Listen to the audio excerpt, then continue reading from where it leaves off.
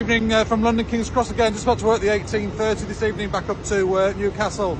As drivers, we're always looking out for each other's trains as well. So every time I would see a train, I would kind of look at it, just check it out, and just a general glance at it when it goes by.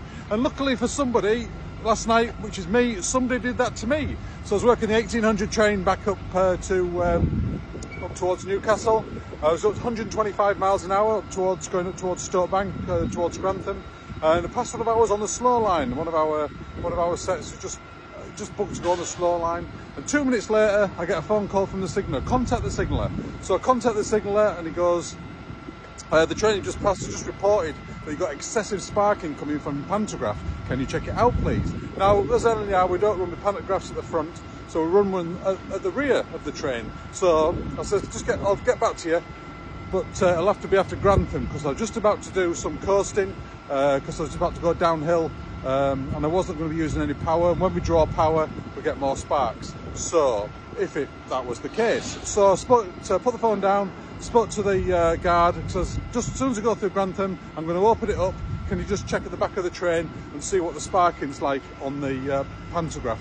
And in the meantime, before I got to Grantham, I was on the phone to our maintenance control just to see if it was going to be all right to drop the pan on the move, because luckily with the Azumas, which has got us out of jail card, we have 2 pantographs. So I just spoke to the maintenance to make sure it was all right for me to change the pantograph if it was making excessive sparking on the move, and he was absolutely fine with that. So then put the phone down to that, spoke to the back to the guard, opened up the power. Lo and behold, he says it's unbelievable. We were at 88 miles an hour and we still haven't gone back to the future, you know what I mean? But back to the past, or whatever you want to call it. But it was excessive sparking. So with that, put the phone down. We've got to work on the computer. In the meantime, I'm doing about 115 miles an hour now, coming up towards Priestcliff Tunnel, just north of Grantham. And then, so straight onto the computer, you've got to select the new pantograph. You've got to drop the pantograph, and if I just press the pan up again, it'll raise the same pantograph. So I've got to go into the computer system. So I dropped it. There's a settings that we go into to change the pan. So I changed all that, put the front one up. Lo and behold, we're A-OK. Then I'm getting another phone call from another panel, because we do changeovers panels with the signallers at Stoke, Priestcliff Tunnel. So go from one panel to another, and so the signaller rings me up and says, "Oh, you're going to be dropping into Doncaster to have a look at your pantograph, I believe."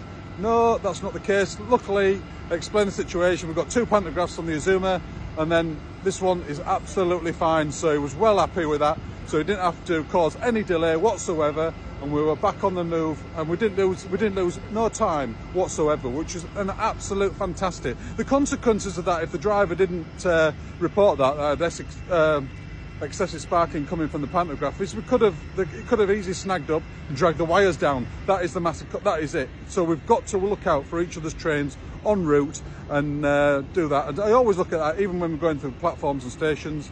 You always look at each other's trains and all infrastructure issues. But yeah, I hope you like that little bit of an insight. And luckily for me, we're back on time last night after that. So that was happy days. Cheers.